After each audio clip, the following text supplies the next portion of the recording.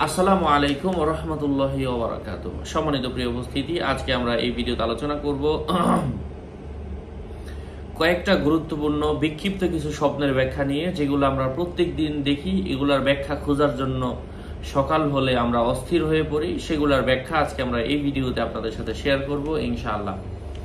আলোচনা বুঝতে শেষ পর্যন্ত শুনতে হবে। যারা এখনো চ্যানেলটি সাবস্ক্রাইব করেননি অবশ্যই সাবস্ক্রাইব করতে ভুলবেন, এবং ভেরিফাইড চ্যানেলের ডিসক্রিপশন বক্সে ক্লিক করলে কিন্তু পেজ এবং আইডি আসবে।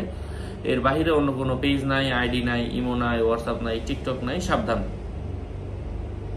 স্বপ্নে কোনো ভালো মানুষকে দেখা এর অর্থ হচ্ছে তার নিজের পরিবারের মধ্যে উন্নতি হওয়ার সম্ভাবনা রয়েছে। তদ্রূপ অন্য কোনো মানুষকে যদি কেউ ওয়াজ করতে দেখে, অথবা ওয়াজের মাহফিল মঞ্চ অথবা ওয়াজের মধ্যে নিজেকে শ্রোতা হিসাবে দেখে, সে নিজে তওবা করবে এবং নেক কাজের মধ্যে সে নিজে আত্মনিয়োগ করার সম্ভাবনা রয়েছে।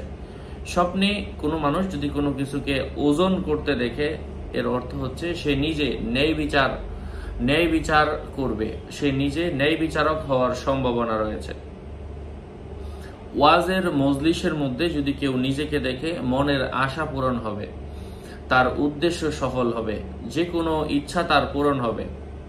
যদি কেউ স্বপ্নে নিজে ওয়াজ করতে দেখে, সে নিজে সমাজের মধ্যে সম্ভ্রান্তশালী কোনো মানুষ অথবা সমাজের নেতা হওয়ার সম্ভাবনা রয়েছে।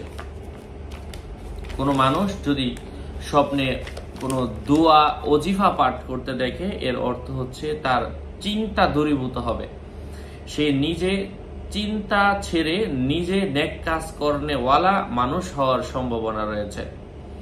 আশা করছি বুঝতে পেরেছেন। আমি প্রত্যেক ভিডিওতে বলি, ভেরিফাইড চ্যানেলের ডিসক্রিপশন বক্সে ক্লিক করলে পেজ এবং আইডি আসবে। এর বাইরে অন্য কোনো পেজ নাই, আইডি নাই, ইমো নাই, হোয়াটসঅ্যাপ নাই, টিকটক নাই। সাবধান। আমার নাম আর ছবি থাকলে ওইটা আমি না, প্রত্যেক ভিডিওতে সাবধান করি, সতর্ক করি। আসসালামু আলাইকুম ওয়া রাহমাতুল্লাহি ওয়া বারাকাতুহু।